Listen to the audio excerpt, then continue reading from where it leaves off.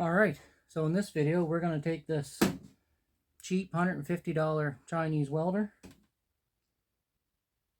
and we're going to make sure it can run on gas. But it's $700-800 for a cheap gas welder. Maybe a little cheaper for the junky ones, but like to buy a Miller or a Lincoln. Not really a Miller, by the way. You're looking at close to $1,000 here in Canada. We're going to make this little cheap one run just as good. I've got a bottle of gas here. I got a 20-pound bottle of CO2 and a regulator for $150 the other day. I got a new torch for this for $50. And I got a little bit of hardware kicking around. I don't think we're going to need anything else. So stay tuned and get informed, I guess. This was the cheapest one on Amazon at the time that I bought it. This says MIG 150. I don't think you can buy this one now. I think there's an orange one now, and it's a MIG 130. It's probably the exact same thing. But this really surprised me. I hadn't planned on keeping this.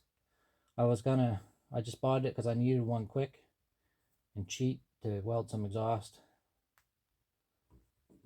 It impressed me so much that instead of selling it for $50 like I was planning on, because I think it was only $120 new, I was going to do that and then buy a little Lincoln. Instead, I'm going to convert it over so it's actually a MIG. So on that, let's talk about MIG. Everyone that sees a little wire feed welder says it's a MIG. It's not.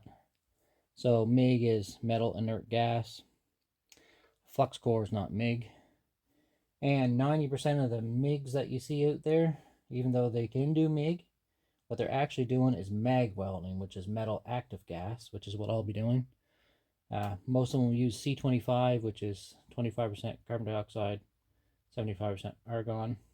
This one I'm going to run 100% CO2. So you're going to need a couple of things. These look almost identical. In fact, I'm pretty sure they come out of the same casting. But this one, even though it has a gas style tip, just like this, it does not have a gas tube, and this one does. So $50 for this. And I think these were $15. So this is going to let me change my polarity around so I can switch between gas and gasless. And I'm going to need some of these. Only going to need a couple, but I don't know what size I'm going to need yet. I already had this, so I didn't have to order these. So the first thing I got to do is pull the whip off.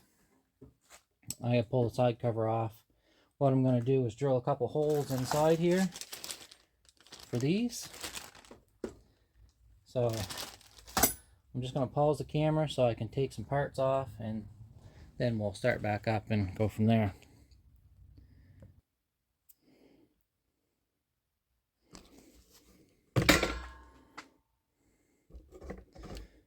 Alright, I don't know how much of this I'm going to be able to capture, but we'll see. So I took the wire off just to get it out of the way.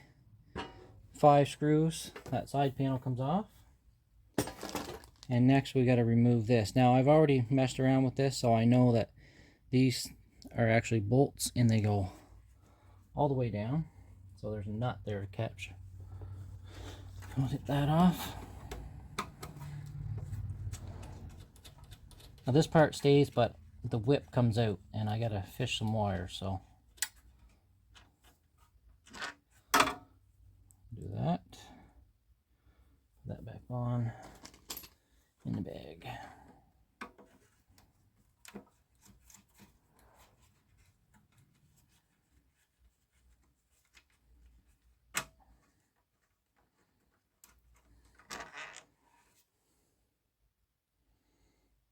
Okay, so there's those 2 bolts, and then there's 2 screws here to come off.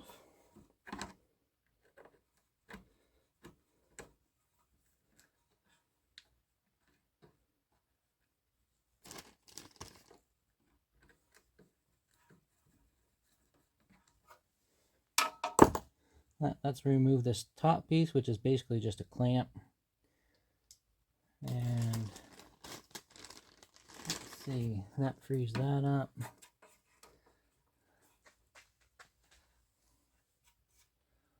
Alright, so here's where it gets tricky. There's no lugs or terminals or anything on this stuff. So what I'm going to do is I'm going to move down into the whip, and I'm going to cut this off so I got enough slack to go over to one terminal. And then I'm going to do the same thing for the ground. I'm replacing the whip, so it's not going to affect that. It is going to shorten my ground up a little bit, but I'm not too concerned because I can replace that later if I want a longer one. So there's two control wires in here that feed, makes things feed. And let's see, where do they go? All right, so one is just tapped right onto this. I'm going to call that the positive. It's an AC machine, so I know it's not positive. So that one right there. Now it doesn't matter. These, it's just a switch. So I'm going to cut those.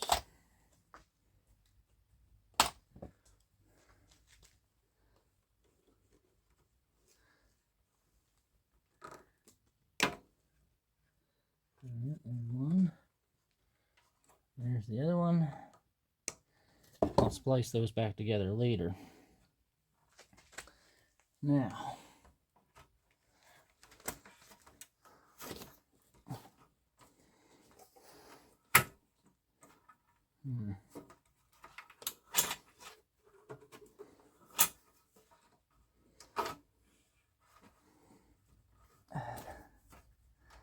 this thing's basically junk. I'm just going to cut that.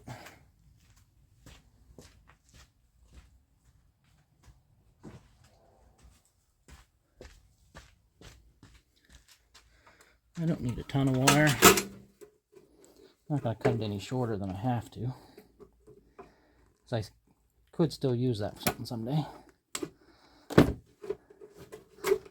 Alright. Let's see, they've got something going on here. So they've inserted a piece of plastic and fused it in there. You can see the edge of it there. So that doesn't pull out. That's actually, I guess it's on par with this machine. It's surprising that they went to the trouble of doing that for a cheap machine. They didn't bother doing it on my other one here. So, see if I can get this inside of that.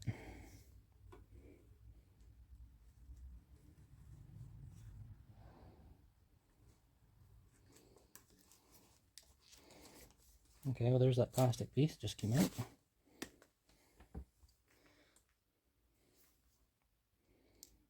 I guess it wasn't fused, it was just stuck inside there.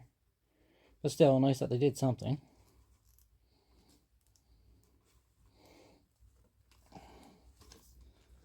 Alright.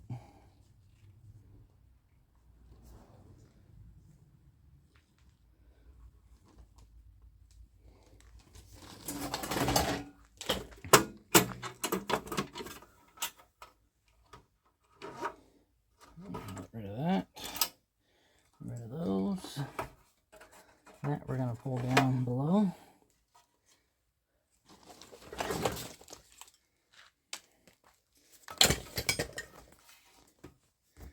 Alright. I'm going to move this camera back. A little wider angle of what I'm doing. Plus, you're kind of in the way.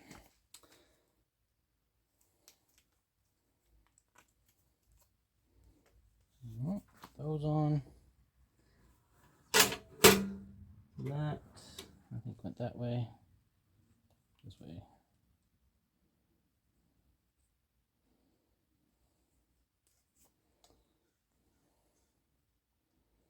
Oh.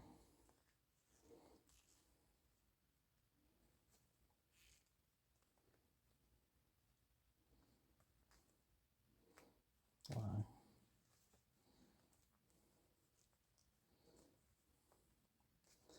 That will probably go on easier without that plastic piece.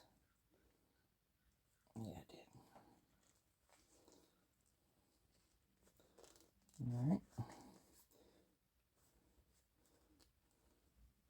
So what we're doing here, we're going to have this rubber down here, I guess. That should.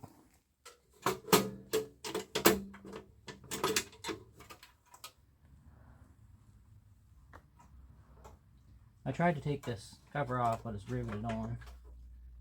A pain in the butt, but what I can do about that.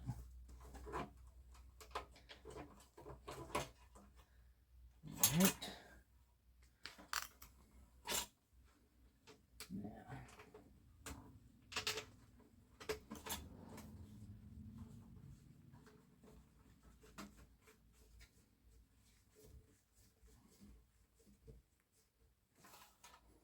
Alright. So now we have my little hose, which is too long or too short to get to where we're going. But that's alright. We'll figure something out. We have the stinger here. Yeah, so that's gonna go like that. We have our little thing there. Alright, I'll bring you in and show you what's got to happen here. So this I'll trim and put it where it's got to go. That's not a big deal. This is the trigger. That'll be spliced onto the 2 wires I cut. Hose. I got to go to a bigger size anyway, so we'll figure something out with that. Now this here, you can see we've got a little notch there. I'm going to pop another hole there because we're going to have this come out and then we're going to have a ground come out, and our 2 studs will be like here and here. Has to be somewhere where I can reach it with this.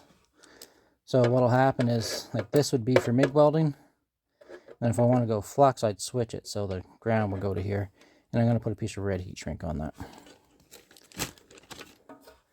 So let me do some tinkering here, and I'll get back to you. Alright, so this is what I've come up with so far. I got this little chute just to divert shavings because I got to drill some holes. So what I've done is I've taken the short one here, I've just put it down, and this is the arc where that'll reach this line. So I'm going to drill one on one side, one on the other. This one's a bit longer. It's not a big deal. So these are the connectors. So the way these work, nothing too complicated. So you drill a hole the size of this, and all this stuff is on the top. Hard to do in one hand. Come on now. And you can see there's a little ring there that sets into. So you put this up through the bottom. So your hole has to be at least the size of that because that insulates this from shorting out. And then you just put a washer and a nut. And then you put your lug on and your other nut. So I'm going to drill a couple holes. I'm going to get these mounted. And then we'll do the lugs on the other side and go from there.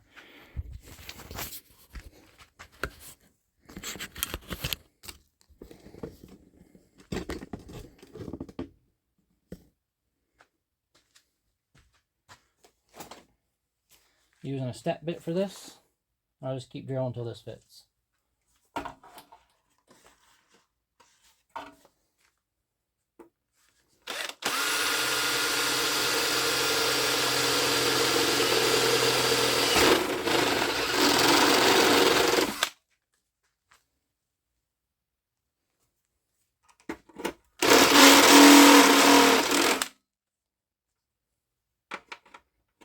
One more step.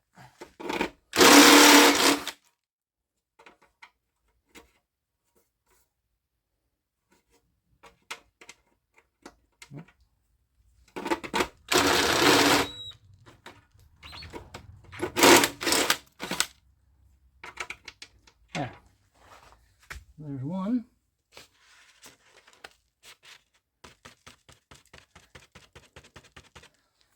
Now to the other one.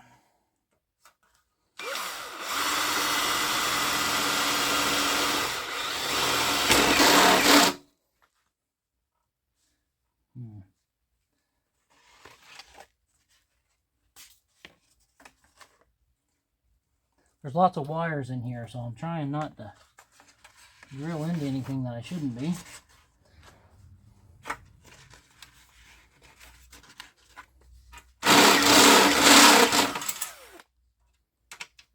There.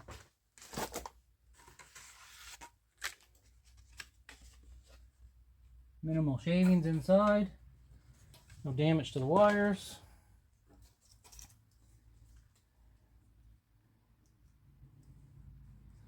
Stick my little things on here. Alright, so I'll stick one of these on.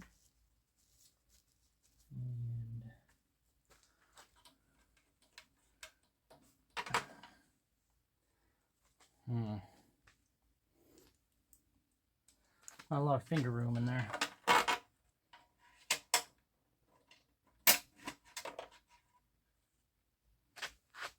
Lost a piece. Right there.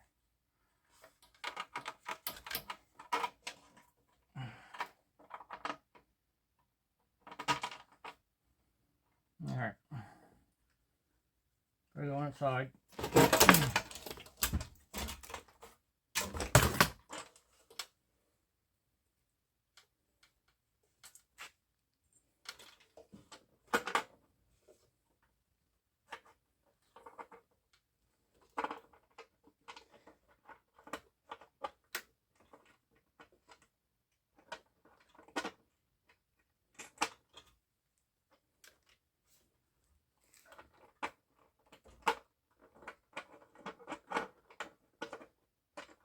This is the easy part.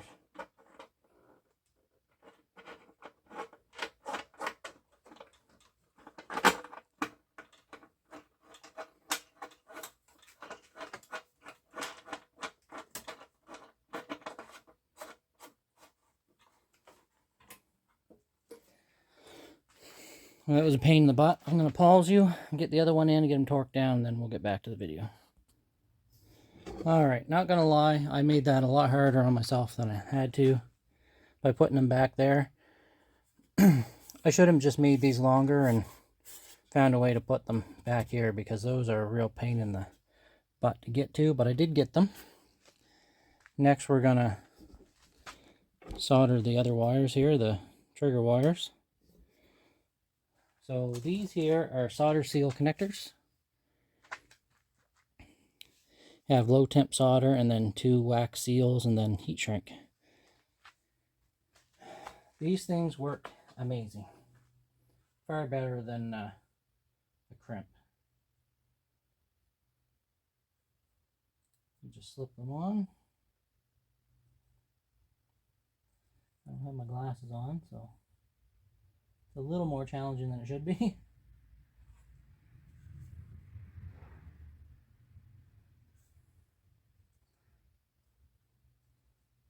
Then you just twist them together like you're some hack mechanic. And these wires are actually quite small for this solder. So I'll try and build it up a little bit. Give a little tug, make sure everything's good. Just center the solder on that. Hit it with a heat gun.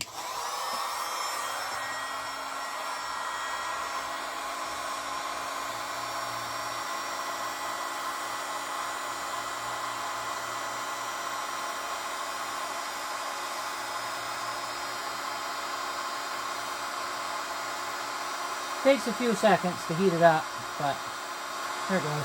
You'll see it start to flow when it gets hot.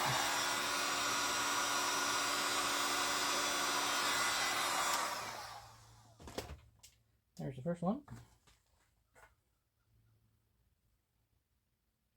I'll give you a good look at these here in a second.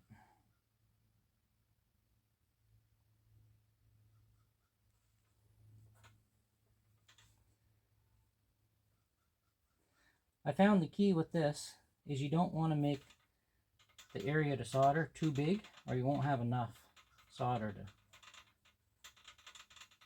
do it all. So no more than twice the diameter of that bead of solder that's in there. Seems to work quite nice.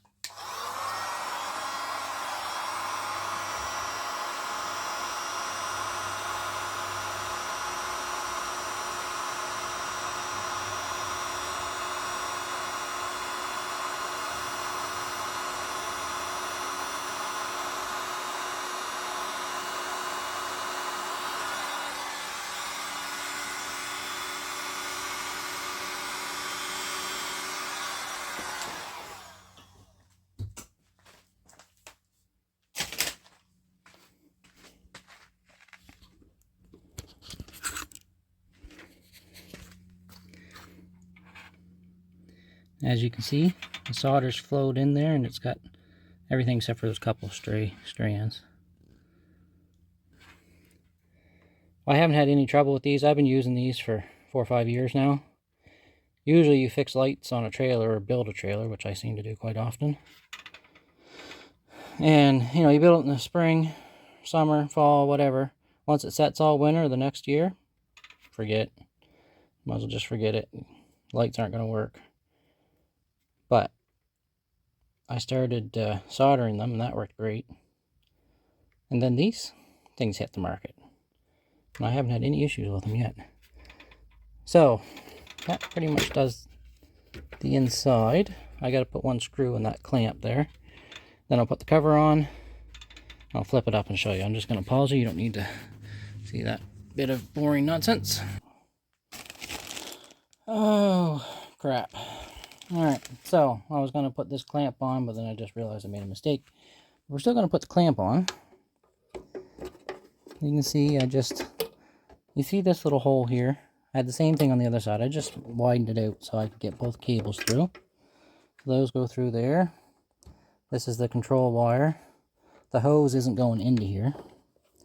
So that will set like that.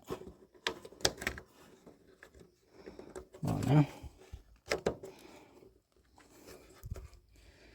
Huh. I gotta push that forward a little bit. I cut that about 1/8 of an inch too short.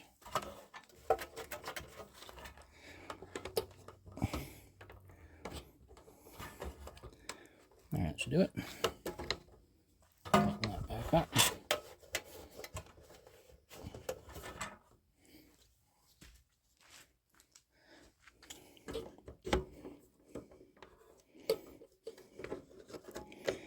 Alright, so I'm actually just going to be putting these 2 little screws in because I screwed up and put the side on before I put those 2 little bolts in. So I have to take the side back off for that, but that's not a big deal.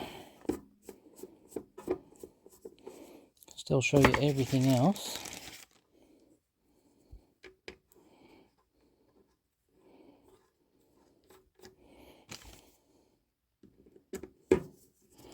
So basically all I've done here, other than changing the whip because I needed the one with the tube in it,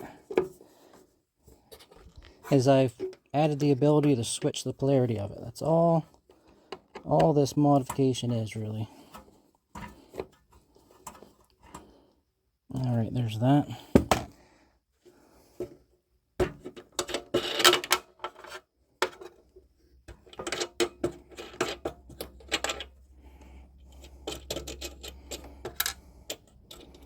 Alright, 2 washers, you want to be between those. So, I'm going to keep the polarity the way it is. Just, wrong one. Just because I don't have a tube, or I don't have an adapter so I can hook up the gas tube yet, so I'm going to have to keep it set up for fluxcore at the moment.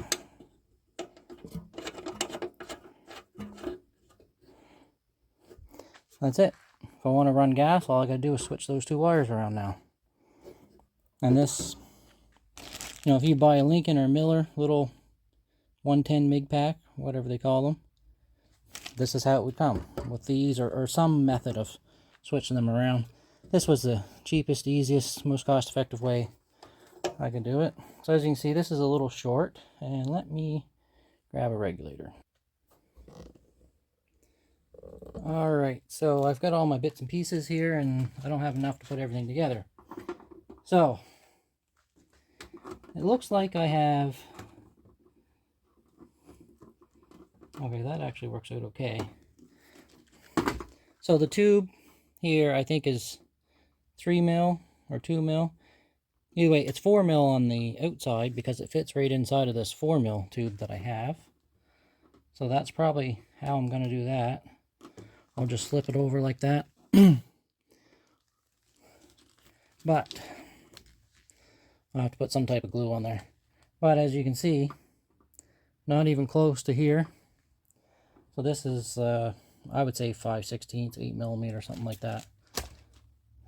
This is a regulator that I bought a while ago. This is a regulator that came with a tank that I got. So I have to go to the hardware store and get something, I guess. Regardless of which one I use, I guess that's... I really haven't done much with MIG welding. I've done it like a MIG weld lots, but to set it up from the beginning, I've never done that. So this is going to be new.